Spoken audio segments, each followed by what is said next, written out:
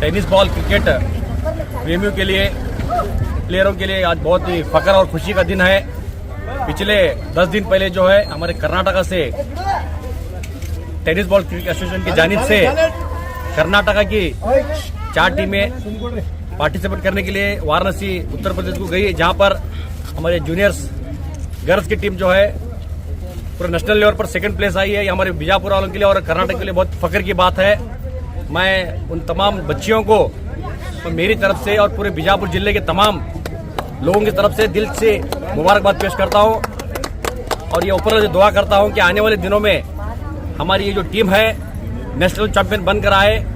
इसके साथ ही साथ अप्रैल में जो सीनियर का जो टूर्नामेंट होने जा रहा है उसमें हमारे बीजापुर से, हमारे कर्नाटक से टीम जाकर नेशनल चैंपियन होकर आगे, ऐसी उम्मीद करते हुए मैं मेरे तरफ से हमारे इस एसोसिएशन के state general secretary doctor Ashok Kumar Yadav sir को, स्टेट प्रेसिडेंट शहीदा बेगम को और हमारे बीजापुर जिले के तमाम जिम्मेदारान, बाबू राजेंद्र नायक सर हो, सुरेश बीजापुर सर हो और भी तमाम जिम्मेदारों को, मोहन चौहान, सोमशेखर राठौर, नसीम रोजिंदार, तमाम को जो है मैं मुबारकबाद देता हूं कि उन्होंने इस टीम को बनाने में और इस टीम को भेजने में बहुत बड़ा अपना योगदान किया। और जिन जिन लोगों ने इन बच्चों की मदद की, किसी भी तरह से मदद की, उन तमाम लोगों का मैं मेरी तरफ से, हमारे एसोसिएशन की तरफ से मैं तहे दिल से शुक्रिया अदा करते हुए फिर एक बार तमाम बच्चों को जो है ढेर सारी शुभकामनाएं और बधाई देता हूं। धन्यवाद।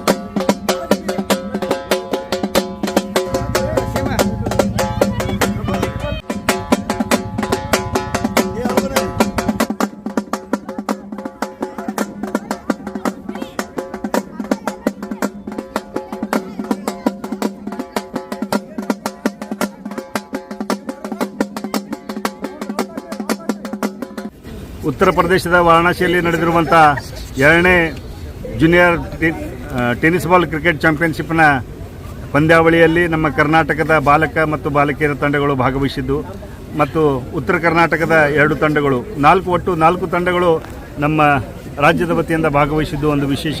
ಈ ಒಂದು ಪಂದ್ಯಾವಳಿಯಲ್ಲಿ ಸುಮಾರು 22 ರಾಜ್ಯಗಳು ಭಾಗವಹಿಸಿದ್ದು, ಅಲ್ಲಿ ನಮ್ಮ ಬಾಲಕಿಯರ ತಂಡವು ರನ್ನರ್ಸ್ ಅಪ್ ಸ್ಥಾನವನ್ನು ಪಡೆದುಕೊಂಡಿದೆ.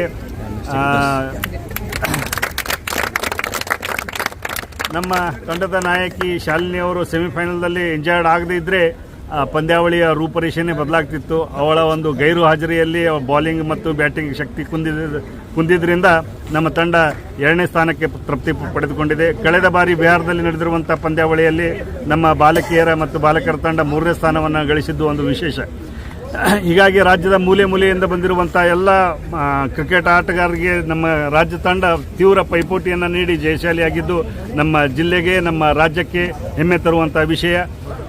ಇದು ನಮ್ಮ ಜಿಲ್ಲೆಯ ಎಲ್ಲ ಟೆನಿಸ್ ಬಾಲ್ ಕ್ರಿಕೆಟ್ ಆಟಗಾರರಿಗೆ ಮತ್ತು ನಾನು ವಿಶೇಷವಾದಂಥ ಧನ್ಯವಾದಗಳನ್ನು ಹೇಳಬಯಸ್ತಾ ಇದ್ದೇನೆ. ನಮ್ಮ ಜಿಲ್ಲಾ ಟೆನಿಸ್ ಬಾಲ್ ಕ್ರಿಕೆಟ್ ಸಂಸ್ಥೆ, ಅದರ ಅಧ್ಯಕ್ಷರಾಗಿರುವಂಥ ಡಾಕ್ಟರ್ ಬಾಬು ರಾಜೇಂದ್ರ ನಾಯ್ಕ ಅವರು, ಕಾರ್ಯದರ್ಶಿಯಾಗಿರುವಂಥ ಫಯಾಜ್ ಕಲಾದ್ಗಿ ಅವರು ಮತ್ತು ಎಲ್ಲ ಪದಾಧಿಕಾರಿಗಳು, ಅದರ ಜೊತೆಗೆ ನಮ್ಮ ರಾಜ್ಯ ಕ್ರಿಕೆಟ್ ಸಂಸ್ಥೆಯ ಅಧ್ಯಕ್ಷೆಯಾಗಿರುವಂಥ ಶ್ರೀಮತಿ ಶಹೀದಾ ಬೇಗಂ ಮೇಡಮ್ ಅವರಿಗೂ ಕೂಡ ನಮ್ಮ ಎಲ್ಲ ಆಟಗಾರರ ಪರವಾಗಿ ನಾನು ಹೃದಯಪೂರ್ವಕ ಅಭಿನಂದನೆಗಳನ್ನು ಸಲ್ಲಿಸ್ತಾ ಇದ್ದೇನೆ.